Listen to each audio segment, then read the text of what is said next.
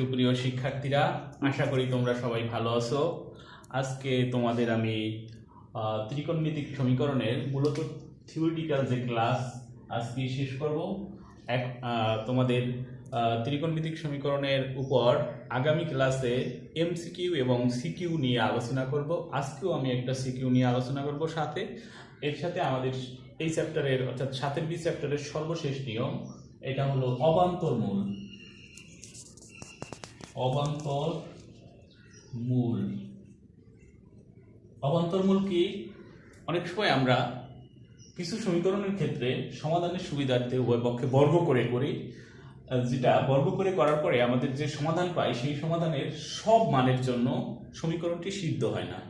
তো যে মানগুলির জন্য সমীকরণটি সিদ্ধ হয় না সেই মানকে আমরা বলি অবান্তর মূল। যেমন দেখো, যদি আমরা sign theta plus cos theta equal to 1 এই সমীকরণকে সমাধান করি, তাহলে আমরা উভয় পক্ষে বর্গ করি। Sine theta plus cos theta whole square equal to 1 square.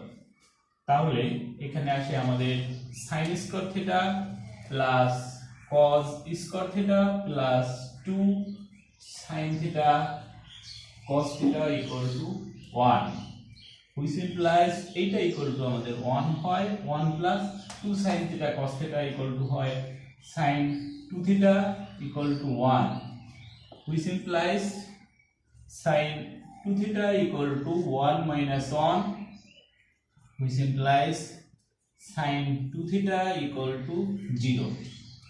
আমরা জানি সাইন 2 থিটা ইকুয়াল টু 0 হলে থিটা ইকুয়াল টু 1 পাই। এখানে আমরা শুরু করেছিলাম অবান্তর মূল।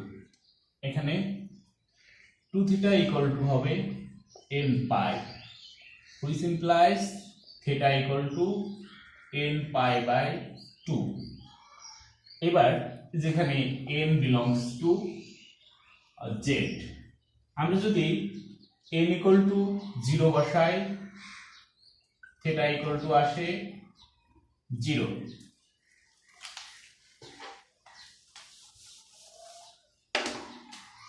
n ইকুয়াল টু 1 হলে থিটা ইকুয়াল টু এখানে পাই বাই 2।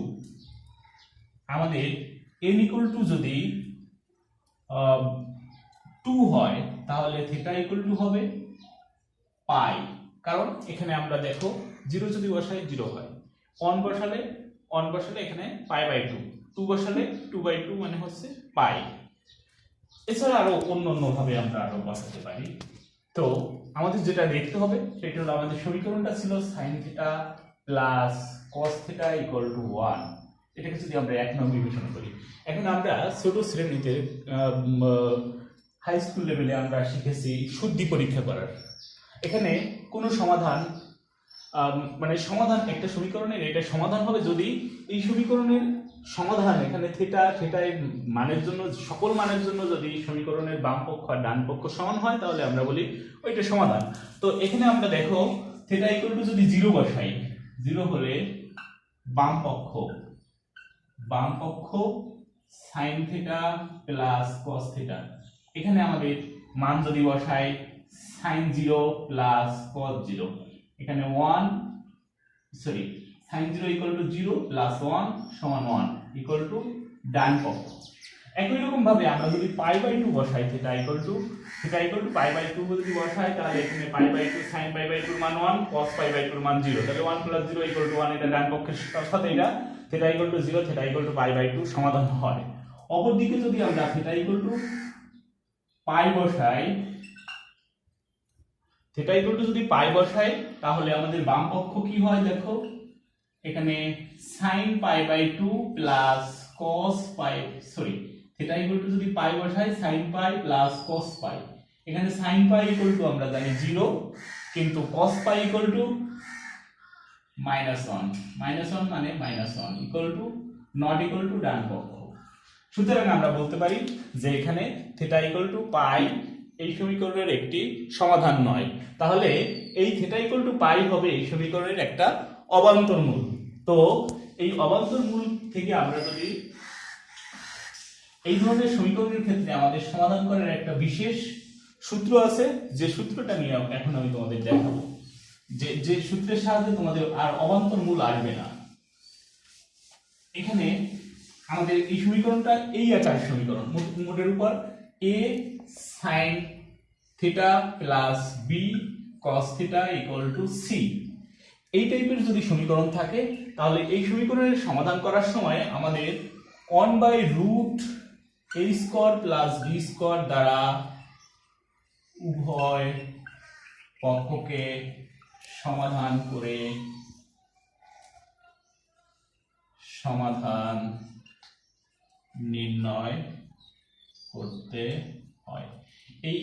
এই টাইপের সমীকরণের ক্ষেত্রে আমাদের এখানে sin থিটার সহগ a আর cos থিটার সহগ যদি b হয় তাহলে উভয় পক্ষকে 1/√a² প্লাস b স্কয়ার দ্বারা গুণ করে আমাদের সমাধান করতে হয়। এটা একটা বিশেষ নিয়ম। তো আমরা ওই সমীকরণের ক্ষেত্রে আমরা এটা দেখি যে কিভাবে করতে হবে। এখানে সমাধান করার সময় আমাদের কি করতে হবে, এখানে আমাদের কি হয়, এই a sin theta plus b cos theta equal two c, এটার সাথে যদি এটা তুলনা করি, এখানে a equal to 1 b equal to 1, তাহলে আমাদের এটাকে সমাধান করতে হলে কি গুণ করতে হবে, 1/√a² plus b square equal two 1/√1² plus 1² সমান 1/1 প্লাস 1 ইকুয়াল টু 1/√2। তাহলে আমাদের এই সমীকরণ সমাধান করার জন্য এর উভয় পক্ষকে 1/√2 দ্বারা গুণ করতে হয়। তাহলে আমরা গুণ করি 1/√2 into sin theta plus cos theta equal to 1/√2, which implies এখানে cos theta into 1/√2 plus sin theta into 1/√2 equal to 1/√2। তাহলে আমরা জানি cos 45 ডিগ্রির মান 1/√2, তাহলে আমরা এখানে cos থিটা cos π/4 লিখব প্লাস একইভাবে sin theta sin π/4 equal to 1/√2। আমরা জানি cos theta cos alpha cos beta plus sin alpha sin beta, এইটা যদি হয় তাহলে এর সূত্র হলো cos theta minus π/4 equal to, এখানে 1/√2 আছে, আমরা এটাকে লিখতে পারি cos π/4। এবার cos থিটা ইকুয়াল টু যদি cos আলফা হয় তাহলে theta equal to 2n π plus minus alpha. তো এখানে আমরা লিখতে পারি theta minus π/4 equal to 2n π plus minus π/4, theta equal to 2n π plus minus π/4 plus π/4।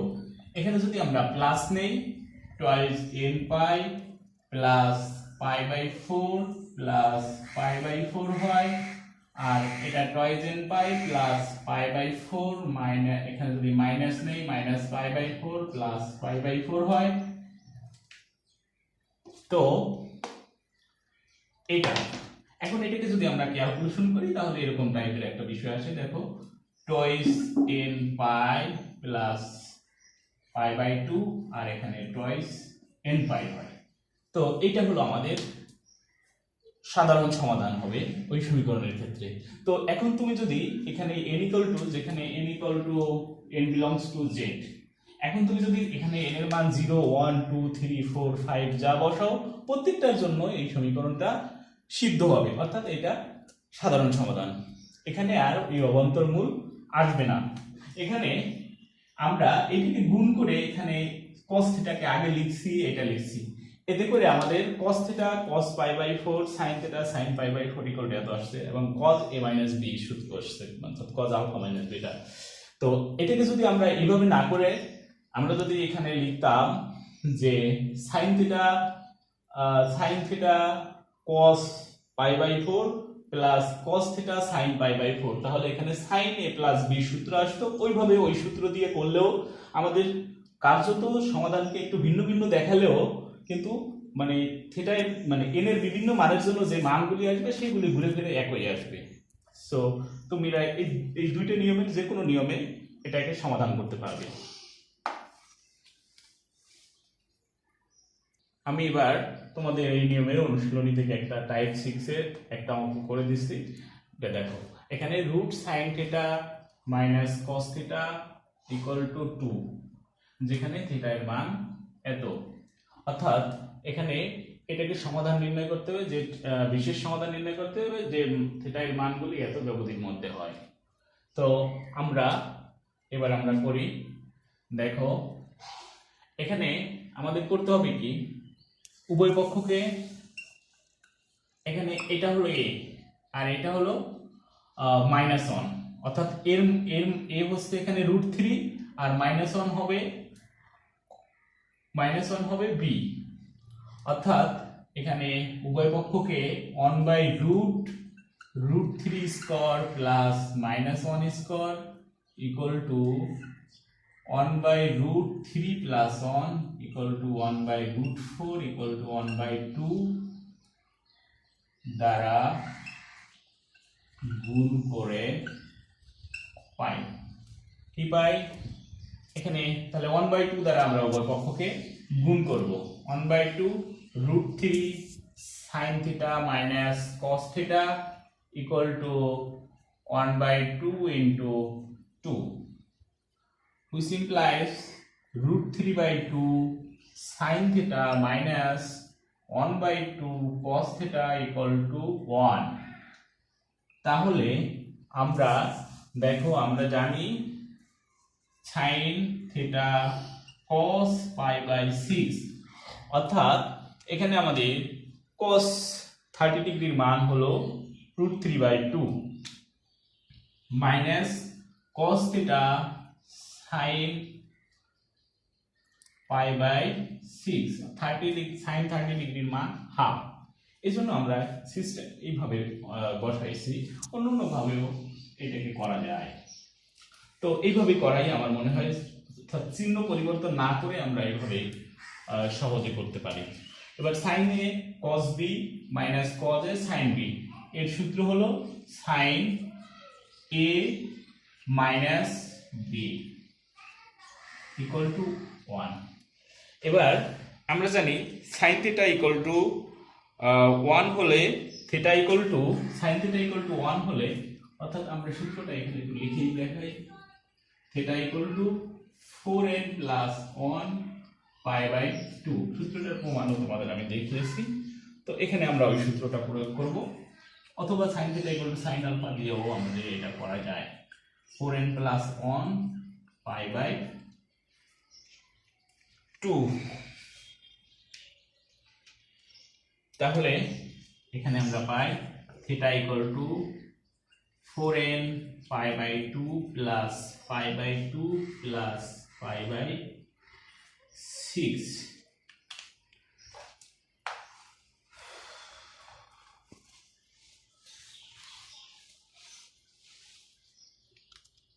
এখানে থিটা ইকুয়াল টু,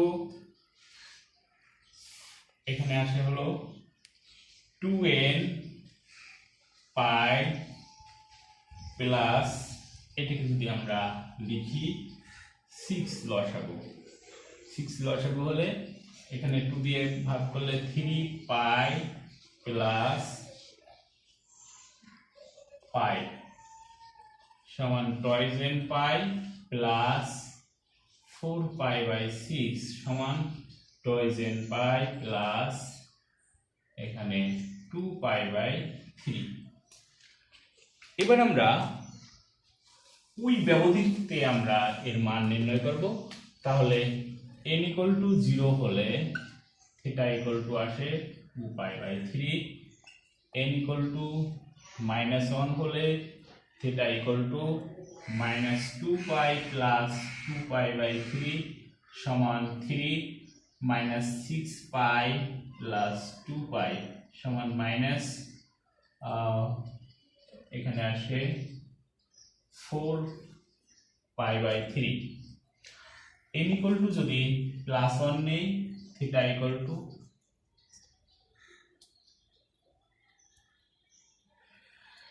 এখানে থিটা ইকুয়াল টু আসে 2π প্লাস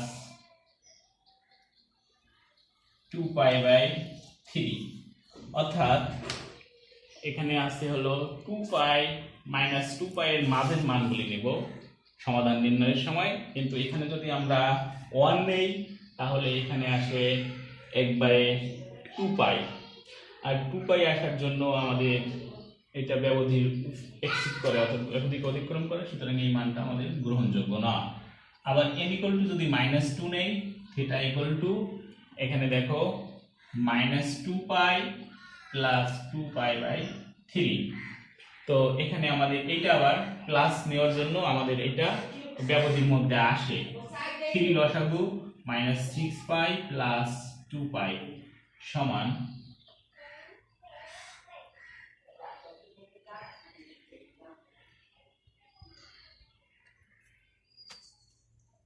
তো এটা আসে নিচে 3 উপরে -4π/3। n ইকুয়াল টু যদি আমরা -2 নেই তাহলে এখানে -2 মানে -4 প্লাস 2π/3 মাইনাস এখানে লসাগু 3 নিলে এখানে আসে 3 4 12 -12 প্লাস 2π, তাহলে এখানে আসে -10π/3। এটাও আমাদের সীমা এক্সিড করে যায়, সুতরাং আমাদের সমাধান হবে এই দুইটা। সুতরাং নির্ণয় সমাধান নির্দিষ্ট ব্যবধিতে এখানে থিটা ইকুয়াল টু 2π/3 -4π/3। এবার তোমাদের একটা সৃজনশীল অঙ্ক দিচ্ছি, এটা তোমাদের বাড়ির কাজ হিসেবে দিব। দেখো আমি একটু আলোচনা করে দিই এবং এটা তোমরা একটু করে খাতায় তুলে তারপরে অঙ্কটা করবা। এখানে আমি তোমাদের মূলত ওই প্রত্যেকটা প্রবলেমই এখানে 2 নম্বর খ নম্বর প্রবলেমটা আমরা 7 এর থেকে দিছি। 7 এর আমি এই টাইপেরই একটু ভিন্নভাবে প্রবলেমটা সলভ করে দিছি। আর 7 বি এর জন্য আমাদের যে প্রবলেমটা আজকে যে বিষয়টা আমি তোমাদের শিখিয়েছি অবান্তর মূলের সমাধান, এখানে ঠিক ওইরকমই একটা সমাধান এখানে আমি তোমাদের দিয়েছি। এখানে দেখো f(x = sin x), এটা হলো আমাদের উদ্দীপক। আমাদের ক নম্বর প্রশ্নে প্রমাণ করো যে sin inverse x plus cos inverse x = π/2, এটা 2 নম্বরের জন্য। এরপরে খ নম্বরে যদি এত হয় তবে উদ্দীপকের আলোকে প্রমাণ করো যে x = এটা। অবশ্য এটা আমি একেবারে এইভাবেই ওই আগের চ্যাপ্টারের একটা সৃজনশীল প্রশ্নের দেখবা যে তোমাদের এইভাবেই সলভ করে দিচ্ছি, একটু ভিন্নভাবে দেওয়া হয়েছে। তোমরা বাসায় ট্রাই করবে, যদি না পারো কমেন্ট করে জানাবে, আমি আগামী দিন তোমাদের এটা সলভ করে দিব। আর গ নম্বর মূলত আমরা যেটা করছি আজকের প্রবলেমের আলোকে গ নম্বরটা দিছি। তো এখানে যদি আমরা গ নম্বরটা খেয়াল করি, দেখো যে আমরা এই উদ্দীপকের আলোকে এটা সমাধান করতে বলছি, অর্থাৎ এখানে f(x = sin x plus √3 f(π/2 - x), অর্থাৎ sin π/2 - x, অর্থাৎ এখানে আসে cos x = √3। অর্থাৎ এই ব্যবধিতে আমরা এইটাকে সমাধান করব। এখানে sin x এবং cos x এক ধাতে আছে এবং এখানে a হলো 1, b হলো √3, তাহলে আমরা 1/√a² + b² দ্বারা উভয় পক্ষকে গুণ করব, তারপরে as well as আমরা আগের অঙ্ক যেভাবে করছি ঠিক সেভাবেই অঙ্কটা সলভ করব। তোমরা বাসায় এই সৃজনশীলটা ট্রাই করবে। আর হচ্ছে সব বিষয়ই তোমরা বুঝতে পারো যে অনেক বিষয় তোমাদের হয়তো একটু লাগে, তো তোমরা একটু এটাকে বাসায় চেষ্টা করো। আর আগামী ক্লাসে আমি আরো কয়েকটা সৃজনশীল প্লাস হচ্ছে তোমাদের এমসিকিউ এর কিছু শর্টকাট নিয়ম দেখাবো। দেখাই আমরা পরের ক্লাসে আবার আমরা অন্য কোনো চ্যাপ্টারে যাব। তো ততক্ষণে আমি তোমাদের সবার সুস্বাস্থ্য কামনা করে আজকের ক্লাস এখানে শেষ করছি। ধন্যবাদ তোমাদের।